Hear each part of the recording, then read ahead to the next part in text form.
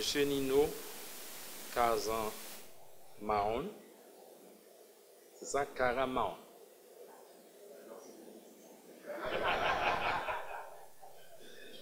Conseiller principal, État de droit et gouvernance, représentant de l'OEA. Monsieur Pan Ro, chef de section de la MINUSTA.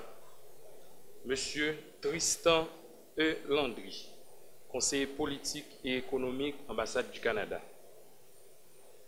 Madame Elisabeth Augustin.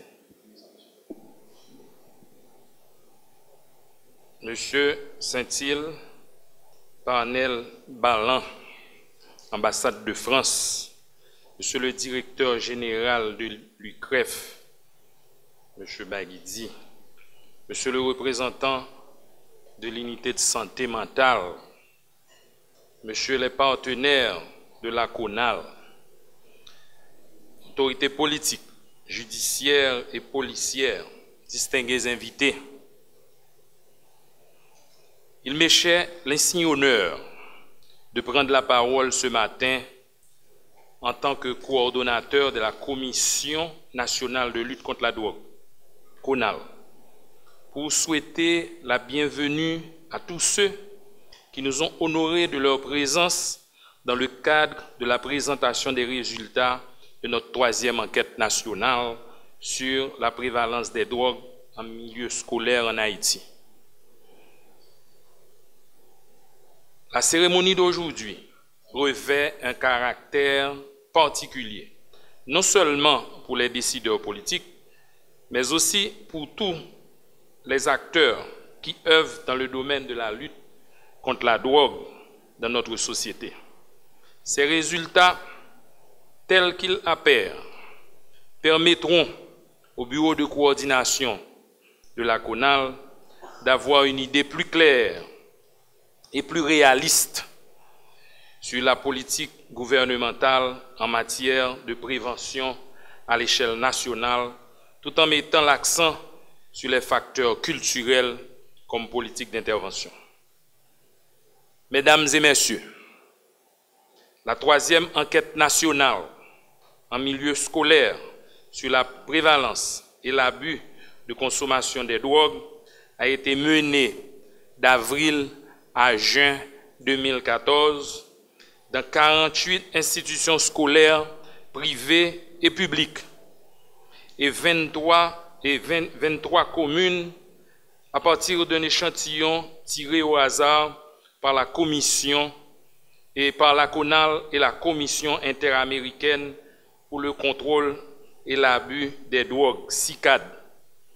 3448 adolescents ont répondu chacun à un questionnaire auto-administré et anonyme relatif à leur connaissance sur les drogues et à l'usage d'une dizaine de substances psychoactives.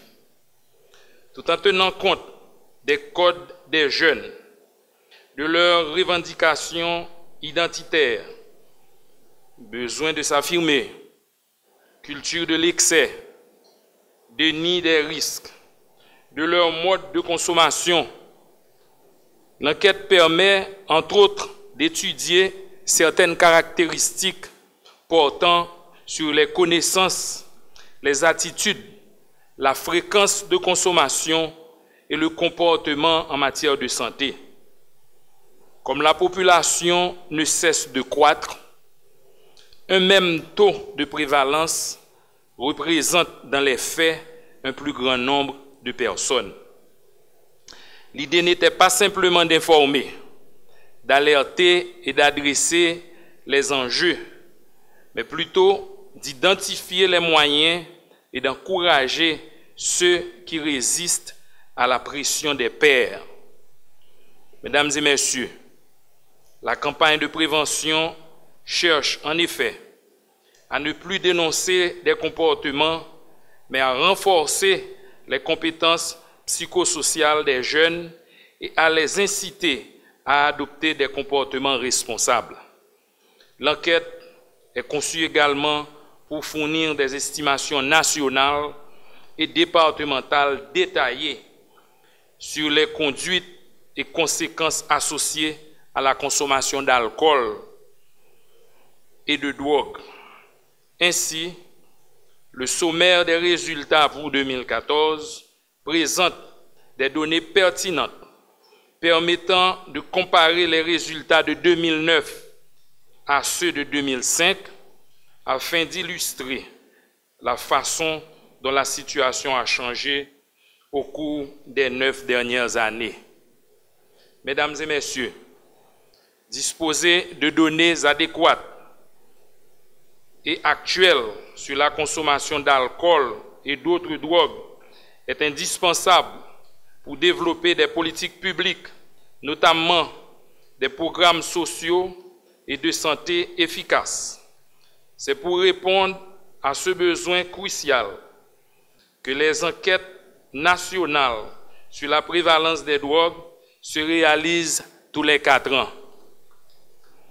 Bien que ces enquêtes fournissent certains indicateurs de prévalence relatifs au domaine de la toxicomanie, elles ne donnent généralement aucune information sur les effets dommageables potentiels de la consommation d'alcool et d'autres drogues en ce qui concerne, par exemple, les liens d'amitié, de vie familiale, de travail ou les études. Ces enquêtes s'intéressent particulièrement aux drogues suivantes: l'alcool et le tabac pour les drogues licites, le cannabis, la cocaïne, le crack, les amphétamines, les hallucinogènes et les substances inhalées pour les drogues illicites. La consommation d'autres drogues telles que ecstasy, héroïne, LSD, pour ne citer que celle-là, reste un phénomène marginal. Par contre, la production commerciale de boissons alcoolisées, artisanales, comme Bois Boz, Asso aussi, Bicool, Machewana, a pris de l'ampleur au point qu'elle mérite d'être adressée en tant que source potentiellement importante et non documentée qui fera l'objet de notre enquête prochaine. En effet, si les taux de consommation d'alcool ne sont qu'une des multiples facettes de l'enquête, il n'en demeure pas moins vrai que les habitudes de consommation sont des indicateurs significatifs des méfaits de l'alcool et sont même plus importants que l'usage lui-même. Mesdames et messieurs, cette enquête nous a permis de mesurer les risques produits chez les personnes qui consomment des drogues, notamment par l'examen d'indicateurs de consommation abusive d'alcool, consommation à risque et consommation problématique, de dépendance, ainsi que des effets préjudiciables sur le fonctionnement personnel ou social, de sonder l'opinion des jeunes sur les politiques de l'État en toxicomanie et déceler les besoins émergents et relatifs, de fournir des données de référence pour évaluer l'efficacité de notre stratégie nationale de lutte contre la drogue qui arrive à terme en 2015, en vue d'adopter d'autres mesures pour réduire les méfaits découlant de la consommation d'alcool et d'autres drogues. Mesdames et messieurs, cet état des lieux nous a amenés à dresser le portrait épidémiologique de la prévalence de consommation des drogues chez les jeunes à travers la fréquence, l'usage, les quantités consommées et certains indicateurs de risque. Mettre en lumière les problèmes vécus par les jeunes en lien avec l'usage de ces substances, à proposer des recommandations en matière de recherche et d'intervention. Mesdames et messieurs, il convient de mentionner que le domaine de la réduction de l'offre, on a pu identifier que l'accessibilité aux drogues illicites est lié à un commerce illégal international géré par des organisations criminelles. Ce commerce est d'une grande complexité et préoccupe quotidiennement les instances judiciaires, policières, administratives, compétentes des différents niveaux de gouvernance. Dans l'état actuel des choses, il importe de se questionner sur l'approvisionnement en drogue chez les jeunes consommateurs. Malgré les efforts de ces instances pour contrer le commerce des stupéfiants, une grande quantité circule librement, entraînant par ainsi la consommation induite. De plus, bien que l'alcool soit une substance licite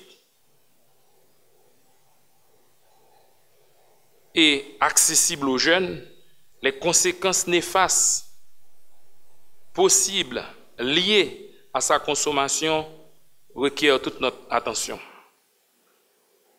Le présent travail s'ajoute aux actions déjà entreprises en ce sens à rassembler l'information existante pour dresser l'état de l'usage de ces substances, des conséquences qui en découlent et envisager des interventions efficaces et efficientes en matière de prévention.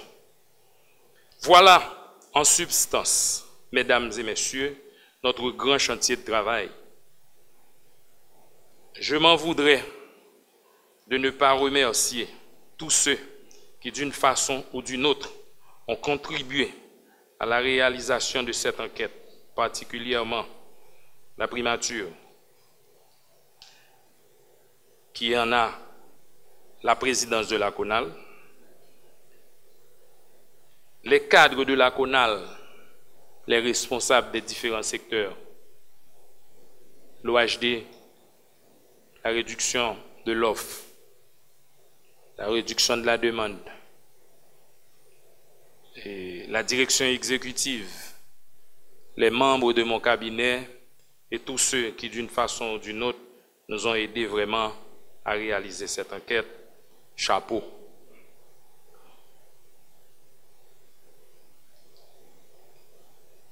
Sans oublier les opérateurs de saisie et toutes les institutions partenaires nationales et internationales, notamment les ministères qui composent la Commission nationale de lutte contre la drogue. Sans oublier le gouvernement canadien.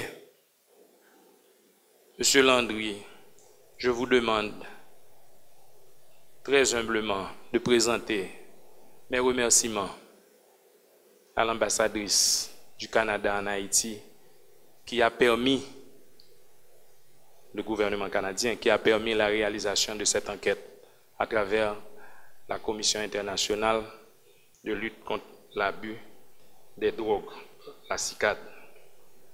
Je salue aussi l'ambassade de France, le gouvernement français. Je salue la MINUSTA et tous ceux qui nous ont vraiment permis d'être là aujourd'hui pour la présentation de cette enquête. Sans oublier le support incommensurable du gouvernement de la République, particulièrement du président Michel Joseph Martelly, qui vraiment, par son soutien, nous permet de travailler dans ce domaine combien difficile et risqué.